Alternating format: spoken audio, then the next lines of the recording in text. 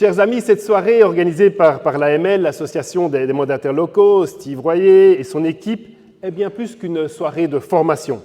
Cette soirée, ça a pour but d'être aussi une respiration démocratique, un moment d'écoute, de cohésion, de partage de bonnes pratiques et de formation. Ma en a parlé. Mais c'est aussi un moment de vérité. Celui où on se regarde les uns les autres et on se rappelle pourquoi est-ce qu'on a été assez fou que pour prendre un mandat de mandataire local. Un mandat important, prenant. Évidemment, certains diront que c'est parce qu'on ne savait pas ou parce qu'on oublie. Un peu comme quand on a les nuits avec les jeunes enfants, diront d'autres. Ça tombe bien peut-être qu'on oublie. Mais plus sérieusement, si nous sommes ici ce soir, c'est pour une raison simple mais essentielle. C'est parce qu'on s'est engagé pour notre quartier, pour une association, un club sportif, notre commune. Personnellement, c'est aussi ça qui m'a motivé à 18 ans de m'investir dans ma commune. À l'époque, et les mauvaises langues diront que ça date un petit peu, j'ai eu l'honneur d'être élu conseiller communal.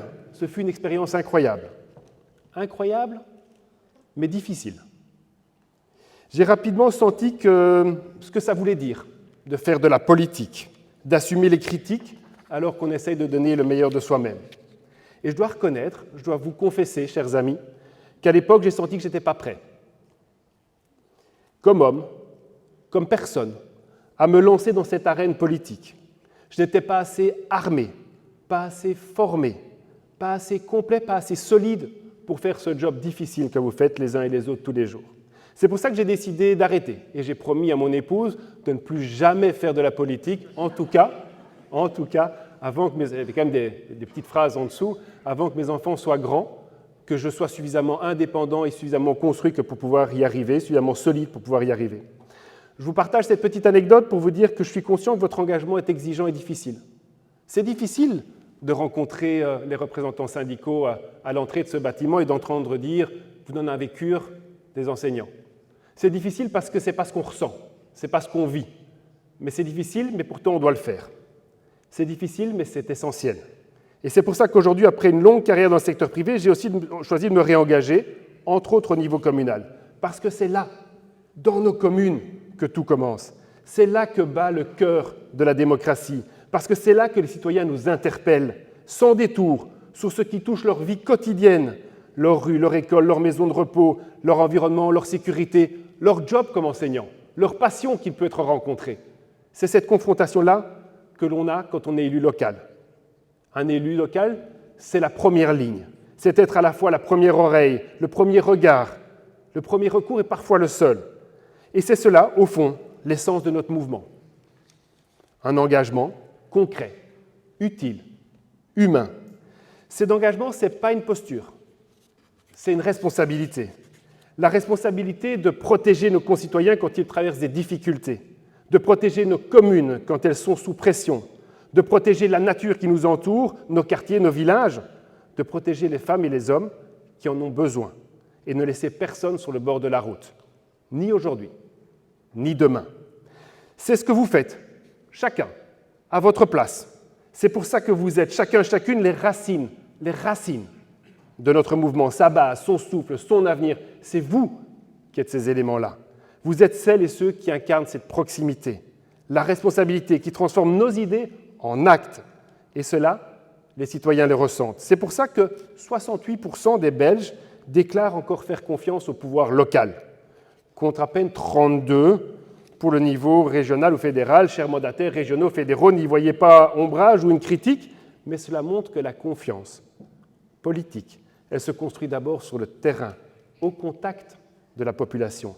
Mais cette confiance, chers amis, il faut aussi la protéger, parce qu'elle est fragile. Parce qu'elle peut se briser sur les promesses non tenues, sur les débats stériles parfois, ou sur des oppositions caricaturales. Nous le savons tous, nos communes vivent des moments difficiles. Nous le savions avant les élections. Toutes les communes, tous les bourgmestres, tous les mandataires nous le disaient, et cela se confirme, hélas. Les coûts ont explosé depuis le Covid, et cela fait des années que des décisions, parfois venues d'autres niveaux de pouvoir, rendent les choses encore plus compliquées sur le terrain. Je sais que vous êtes en plein exercice budgétaire, vous aussi, comme quoi, à tous les niveaux, et que c'est particulièrement compliqué cette année. Pourtant, C'est votre réalité et vous faites des miracles. Vous tenez debout, vous innovez, vous trouvez des solutions, souvent avec très peu de moyens. Et je vais vous le dire clairement, vous n'êtes pas seul dans cette galère parfois. Nos ministres sont à vos côtés, que ce soit François Dequesne en région Wallonne au niveau des pouvoirs locaux, ou Maxime Prévost, bourgmestre d'une petite bourgade de Wallonie, vous êtes en titre d'une petite bourgade de Wallonie au fédéral. Croyez-moi, ils savent ce que c'est de devoir équilibrer un budget communal tout en gardant des services de qualité. Ils savent ce que c'est que d'entendre les inquiétudes de vos citoyens, de vos services, et d'arbitrer entre les urgences et les priorités. C'est pour ça qu'ils se battent au quotidien pour nos communes. C'est avec cela en tête et cet ancrage local que nous sommes battus pour obtenir des résultats concrets. Je pense notamment aux plus de 300 millions d'euros que nous avons pu obtenir pour la compensation pour les CPS. Ces 300 millions, ce n'est pas un luxe, c'était une nécessité minimale. Nous étions par contre les seuls à nous battre pour cela, car on n'a pas le choix. Sans cela, on ne pourra pas protéger ceux et celles qui en ont besoin, et ça, nous ne pourrions, nous n'aurions pu l'accepter. Là où certains veulent mettre encore plus la pression sur les communes, nous devons chaque jour rappeler que ce n'est pas possible, que vous êtes déjà à la limite. C'est compliqué, mais nous n'allons pas lâcher. Et le message finira par passer, je vous le promets.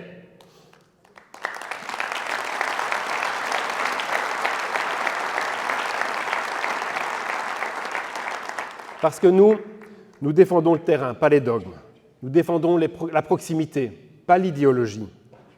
On n'est pas ici aujourd'hui pour faire de la politique, mais je voudrais quand même insister sur un petit point qui fait notre différence.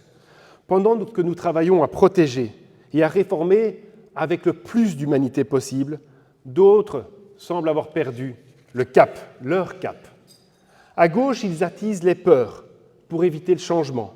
Plutôt que de faire face à la réalité, ils caricaturent, dénoncent, de peur de froisser leur électorat, de crisper leur base syndicale ou de bousculer les habitudes.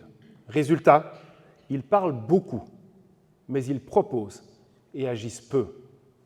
Sans même insister sur le fait qu'ils ne savent pas quoi répondre quand on leur dit, en off ou en on, que quand ils reviendront au pouvoir, ils ne supprimeront pas les mesures difficiles qu'ils qualifient aujourd'hui d'inacceptables, simplement par devoir de réalité. Et à droite, c'est souvent l'excès inverse. Ils prétendent réformer, mais ils brutalisent, parfois pour des simples symboles. Ils parlent d'efficacité, mais tombent trop souvent dans les slogans simplistes, voire populistes. Et quand vient le temps du compromis, il ne reste souvent que les postures, alors que les Belges nous demandent de la responsabilité et des résultats.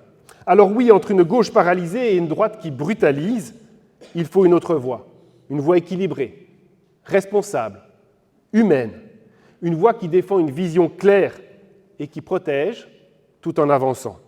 Et cette voie, chers amis, c'est la voie des engagés, parce que dans ce monde qui devient, il faut se le dire, un peu fou, ce que nous voulons, c'est protéger, pour permettre à chacun de se développer, d'avancer aujourd'hui et demain, de trouver sa place dans ce monde, de pouvoir se sentir utile.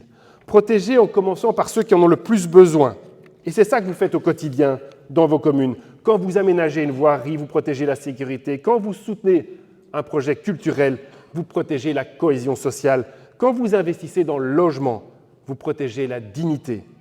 Quand vous équilibrez votre budget, vous protégez l'avenir. C'est cela notre politique. Protéger sans bloquer. Agir sans casser. Pour toutes ces raisons, je veux vraiment, du fond du cœur, vous remercier. Je ne vais pas être beaucoup plus long, mais vous l'aurez compris, s'il n'y a que quelques mots que je voudrais que vous reteniez de mon discours ce soir, au-delà de mes remerciements et de la solidarité que je sens aujourd'hui entre nous et qui est pour moi vraiment, vraiment importante, c'est quelques mots, c'est vision, une vision claire, c'est assurance, garantie, protection pour aujourd'hui et pour demain, parce que c'est ça que nous faisons, c'est ça le cœur de notre action. C'est veiller à protéger aujourd'hui pour que demain ça soit encore possible, assurer l'essentiel aujourd'hui dans un monde qui est compliqué, protéger les familles, les travailleurs, les aînés, les moins jeunes, les plus jeunes, protéger nos communes, leur autonomie, leurs moyens, leur dignité, protéger nos institutions, nos agents, nos valeurs d'équité et de solidarité, protéger notre planète, son climat, sa biodiversité et nos espaces verts. Protéger pour aujourd'hui et pour demain, pour elle, pour lui, pour eux. Alors continuons à nous former, à nous soutenir les uns les autres, à travailler main dans la main. Continuons à bâtir des communes fortes, justes, humaines. Continuons à protéger ce qui fait la force de notre société, la confiance, la solidarité, la justice. Ensemble, gardons un objectif commun, protéger mieux, réformer mieux, gouverner autrement, mais pour le bien commun, pas pour l'intérêt de certains.